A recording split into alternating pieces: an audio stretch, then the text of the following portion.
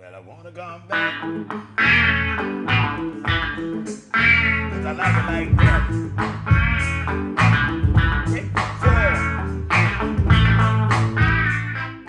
Now, I've never been bragging on myself.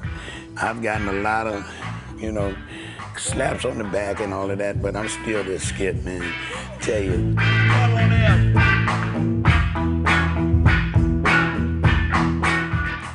All right, I'm 62 years old. I'm from Washington, D.C., and they had the Howard Theater, just like New York has the Apollo. They had the Howard in Washington. It was like, we call it the chilling circuit, where they had different, you know, places like Philly, Chicago, the Regal, you know, the Uptown in Philly, the Royal in Baltimore, Howard in Washington, the Apollo in New York. When you do one, you do them all. They just send you all the way around. You call it around the world. In doing so in Washington, I used to go backstage and I'd go to the store for people, whatever they wanted. I was already self-taught how to play kind of guitar at 11. So this is at the age of 17. And they used to gamble down in their dressing room. You know, everybody on the show, Gene Chandler, Jerry Butler, let me see, Curtis Mayfield and Impressions. They used to all go down there in the big room where the coasters, you know, to start the show and gamble. This one particular time they came down between shows, they show a movie. And between the shows, I was down there picking with the guitar. And Gene Chandler had a guitar player named Howard, I believe, Harold. And he heard me strumming because I was in Curtis Mayfield. All that stuff. And he said, hey, do you know my songs? I said, yes, I do. So he said, let me hear you do Man's Temptation. That was a song he had out as a hit at the time. I played it. He asked for the song Just Be True, and Duke of Earl, of course, and I played it. So he said, man, can I make a long story short, I'd like to have you on the road with me playing, you know. So he had to get the okay from my mother and father. I had to complete school. So I went out that summer with Gene Chandler.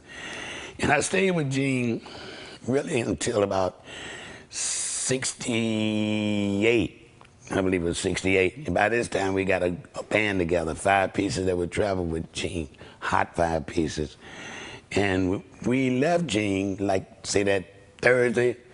And that Friday, we were in New York. We left him in Atlanta, Georgia.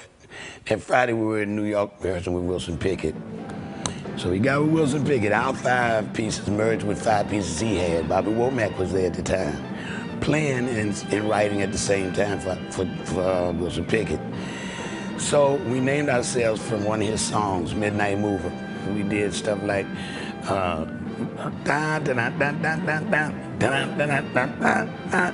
soul finger and stuff. And I was a singer, and then I could dance my ass off, but I had hair like this and I was that skinny. What's your key? I was built like a T, yeah.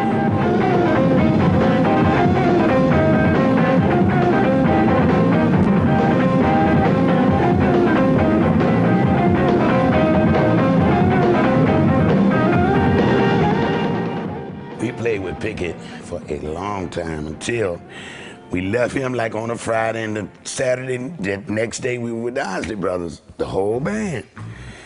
We recorded, they had just left Motown. And when we went in the studio with the Isley Brothers, one of the songs we recorded was It's Your Thing. And I created a guitar. The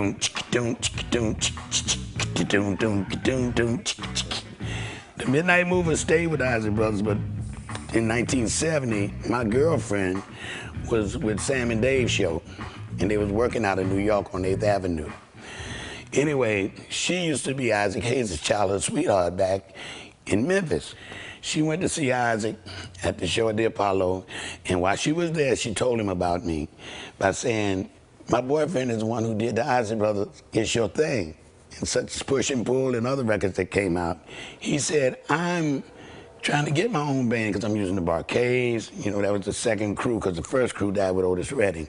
And when Isaac first came out with his hits, Hot Butter Soul, he didn't really have a band, so he had to use people. So he was really looking for his own band to have of his own. He finally sent 2 round-trip tickets to Memphis, 1970. When I got there, he was at Stax on the payphone with a big old mink full-length coat on and a mink hat on, jet black. And I say, hey man, I'm Skip. I say, man, heck, I like that mink. He say, if you be with me, you'll get one too. Lo and behold, it happened, but I'm jumping ahead of myself. And one day, while we were back there, he was in the studio off and on, he said, come on man, let's go jam. We went to Studio A, and they had a Telecaster there, and they kept a Telecaster in Studio A, one of the ones that Steve Cropper used all the time, blonde. So he said, pick that up, man, and let's hang out. So we started reminiscing stuff like the tracks of my tears, Gene Chandler's hits, It's Your Thing, and all that stuff.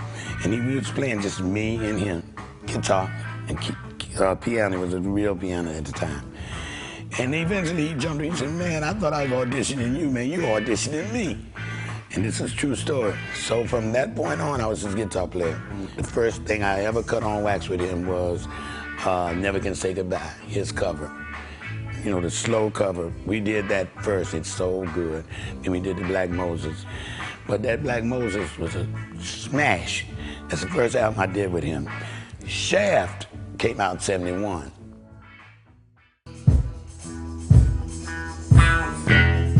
You got it. Got an E. Now I'm gonna show you the other part. Here's the other one part.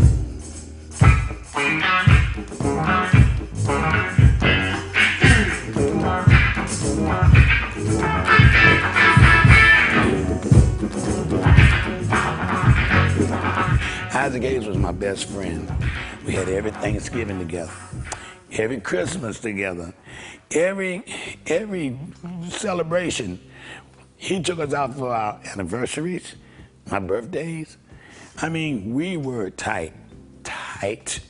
I'm saying, you know, I didn't work for him, I worked with him. After all those years, come on, 37 years, he always said, Skip, you know you and Boo, I call my wife, her name is Beverly, and he called her Boo, and he said, man, you know you and Boo family.